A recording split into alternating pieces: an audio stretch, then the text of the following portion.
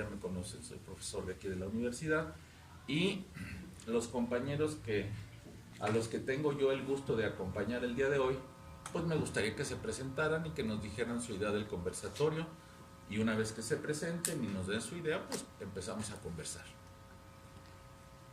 Bien, empecemos con el compañero Osvaldo.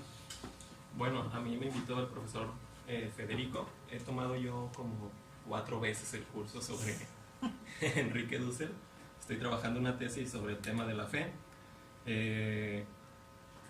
Pues nada, comentar este libro, Las metáforas teológicas de Marx, y para ver, digamos, un Marx no convencional al que seguramente todos estudiamos. Yo en lo particular comencé a estudiar filosofía en los manuales de Afanasiev, del materialismo histórico. A mí en aquel momento, bueno, hace como 10 años, me pareció que Marx era algo más que eso. Realmente nunca encontré un Marx distinto hasta que leí Las metáforas teológicas. Y bueno, claro, también desde la teología de la liberación, que ya había algunas intuiciones a un Marx distinto, ¿no? Alguien el sábado me dijo, bueno, yo soy marxista, pero soy marxista guadalupana. Bueno, de alguna manera este texto pues confirma, digamos, esa tesis, ¿no?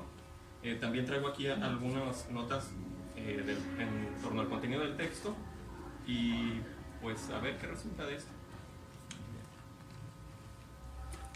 Bien, mi nombre es Federico Ledesma, yo soy profesor aquí en filosofía y justamente doy un seminario sobre Enrique Dussel, que a veces es concurrido, a veces, como esta vez, tenemos 2 alumnos.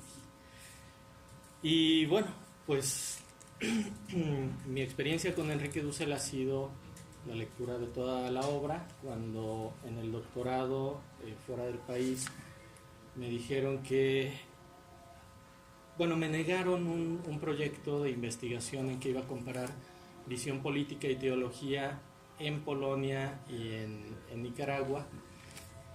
El asesor, bueno, la asesora polaca como que no le gustó mucho esa comparación que se iba a hacer, porque sabía de la crítica que se iba a hacer a Juan Pablo II, y bueno, en una academia conservadora como la estadounidense no iba a ser muy bien visto. Me sugirieron estudiar entonces, dejarlo de las teologías y la política y enfocarme en los estudios subalternos en la India. Y conocemos a todos los de la India y te vas a la India. Y yo pensé, bueno, para el cambio es demasiado grande, no, yo no sé nada de la India, no quiero. Entonces, ¿por qué no estudias a Dussel? Bueno, yo había comprado aquí en el pasillo, yendo hacia filosofía, un libro preparatorio a la ética amarilla de Dussel, la ética de la liberación en la edad de la globalización y la exclusión. Hay un libro anterior, en que son ensayos en que va preparando esa ética, y lo había comprado en el 2001. Y pensé, claro, ¿qué tanto puede ser? Lo analizo a fondo. Y ahí fue cuando me enteré de la magnitud de la obra de Enrique Dussel, y que tenía que empezar en los años 50, desde que era un neotomista, después su viaje por Europa del 57 al 67, donde también estuvo en Israel, estuvo en Alemania, Francia, Israel y España, y después, y ahí ya no era ese neotomista, ahí se metió a la hermenéutica de Paul Ricoeur, que fue su maestro en la Sorbona, se metió también a Heidegger y empezó a tratar de hacer una ontología de América Latina, a descubrir el ser de América Latina. Si bien había una preocupación, y ahí hay un paralelo entre lo que es Marx y lo que es Dussel, había un deseo por un mundo con mayor pretensión de justicia. Pero ese mundo con mayor pretensión de justicia, ¿cómo lo logramos? Y Dussel pensaba, bueno, siguiendo esta gran pregunta de la filosofía latinoamericana de su tiempo, por medio de la autenticidad. Hay que descubrir quiénes somos y entonces vamos a poder proyectarnos hacia el futuro. Si no sabemos quiénes somos o somos un simple reflejo, no proyectaremos nada y por lo tanto no habrá liberación. Bueno, pues en esa etapa, que se puede llamar etapa hermenéutica ontológica, Dussel trata de hacer eso. trata de descubrir el ser de América Latina para liberarla. Este libro no pertenece a esa etapa todavía. Regresa Dussel a Argentina y se topa con que Argentina en el 67 está en la dictadura. Viene de una dictadura en los años 50, tiene otra dictadura en los años 60 y tiene otra en los años 70. Y con lo que se topa no es, como diría Atilio Borón, con que el problema son los misterios insondables del ser. No, el problema es correr para que no te alcancen y no te metan en casas de seguridad y te desaparezcan. Así que tiene un choque fuerte, y es el choque que tuvo la filosofía latinoamericana entre la pregunta por la autenticidad, que por supuesto conocemos que la polémica Salazar-Bondi con Leopoldo Sea es como el culmen, a la pregunta por la liberación. Entonces la filosofía primera que tenemos que hacer no es la metafísica, es la ética. Ese es el paso que da la filosofía latinoamericana de una pregunta a la otra, y es el paso que se encuentra Dussel cuando vuelve de 10 años entre Europa e Israel y se encuentra con la Argentina de la dictadura. Entonces le reclama la Academia Argentina y él tiene que dar una respuesta, y es el paso que da de toda esta búsqueda de una antropología filosófica latinoamericana fundada desde Israel, desde lo helénico, desde la cristiandad medieval, a pensar la liberación. Hacia 1973, él junto con Horacio Ceruti, que fue su alumno, con Arturo Roig, que fue su profesor, con Hugo Asman, con Osvaldo Ardiles, con Alberto Parisi, todos exiliados, todos pasaron por acá, por México, hacen el movimiento social académico de la filosofía de la liberación. ¿Ya llegamos aquí? Todavía no llegamos aquí. Dussel todavía no conoce a Marx, lo conoce superficialmente, pero todavía no podemos llegar a este libro. Ya estoy monopolizando la palabra como para dar, pero querría dar como un contexto de qué vamos a hablar, que es este librito de las metáforas teológicas y dónde queda en la obra de Enrique Dussel. En los años 70, ya en su exilio en México, que empieza en el 75, pero se consolida en el 76, llega a la naciente Universidad Autónoma Metropolitana, Dussel, y ahí le dan durante 7 años clases en la escuela de diseño, no la de filosofía. Se tiene que dar filosofía para diseño, y se tiene que aguantar, está como pagando piso. Ya después estará más en su área.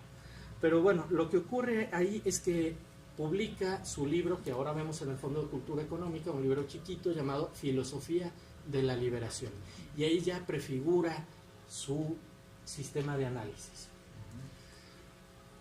Pero todavía tiene un faltante grande en Marx. Y tiene un golpe muy fuerte académico.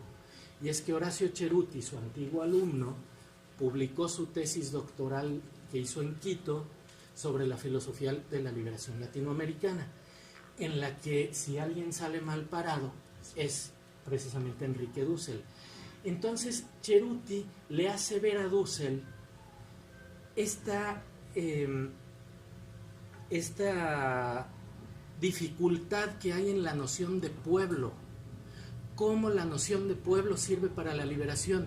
Y es la gran discusión que se tenía en la Argentina de ese tiempo. Y Ceruti la conoce bien. Él es un pensador muy crítico. Es otro pensador muy bueno, Horacio Ceruti. Y, digamos, todos ellos, toda esa generación es brillante. Pero en ese libro, Dussel, pues queda de un lado un poco ingenuo de la filosofía de la liberación y poco crítico. Entonces tiene la necesidad de entender el marxismo. La gran discusión era, ¿cuál es el sujeto de la liberación? ¿Es la clase o es el pueblo? Porque si es el pueblo, podemos todos nosotros, de una clase trabajadora, aliarnos a las burguesías nacionales para combatir ¿qué? El imperialismo. Pero si es la clase, entonces el enemigo no es el imperialismo, es el capitalista. Y entonces difícilmente iremos juntos los trabajadores con los dueños de los medios de producción. Eso que a nosotros nos puede parecer un poco trasnochado y que es una polémica tal vez resuelta, era muy dura en la Argentina de ese momento, dura al grado de que grupos de un ala iban a matar a los grupos de la otra, los dos en la izquierda, pero se perseguían unos a los otros. Ahora, entonces Cerruti le hace ver eso y Dussel tiene que reaccionar. Su reacción es 8 años estudiando la obra de Marx, en alemán, por supuesto, como estudió a los latinos en latín y a los griegos en griego y a los franceses en francés. Y además a los hebreos en hebreo. Entonces es una persona políglota y de gran preparación. Bueno, es entonces en esa época, al final de esa época, que podemos pensar que es del 83 al 93, que vamos a encontrar este libro. Este libro se editó en México, en siglo XXI, en el 2017. La primera edición de este libro es en el 93 en Editorial Verbo Divino en Salamanca. ¿Cómo es posible que si desde el 93 tenemos este material escrito acá en nuestro país, para nosotros se edite recién en el 2017? Bueno, pues resulta que este libro, precisamente más que tal vez otros de Enrique Dussel, pica. Este libro es incómodo, y es incómodo para, como nos lo compartió el compañero Osvaldo, un país en que muchos de los activistas o de los académicos pues tuvieron como maestros del marxismo a Marta Harnecker, a Politzer, a Afanasiev, a Lektorsky, a Konstantinov. Creo que todos los que entramos al marxismo leímos todos esos manuales. Bueno, y hay otros. Ahorita recordé esos, que yo los leí también. Y entonces parte del marxismo de esa época, por un lado, 1993, la URSS cayó en el 91. Parecía que el marxismo se había acabado. ¿Para qué estudiar Marx en ese momento? Ya había ganado uno de los bloques. Era el boom de las identidades. Ahora hay que trabajar ecología, género, grupos étnicos, subculturas. Es el boom de todo eso. Esto está como fuera de tiempo, fuera de moda. Y otra cosa, además, ¿no era Marx un paladín del ateísmo? Pues no, no lo es. Precisamente no lo es. Incluso rechaza la organización atea de Bakunin cuando quiere entrar a la Primera Internacional, porque es atea, igual que rechaza a YMCA por ser creyente. Es decir, dice, este es un movimiento de clase, no es un movimiento religioso. No queremos ese ruido acá. Entonces Marx era un creyente, como por debajo del agua podría decir José Porfirio Miranda. No, tampoco. Es simplemente que no es el tema, es que no es relevante. Y en el marxismo ortodoxo hicieron de algo relativo algo absoluto. Lo relativo es que la razón religiosa conservadora puede ser ideología que invierta la realidad, pero la razón religiosa en ella misma no lo es.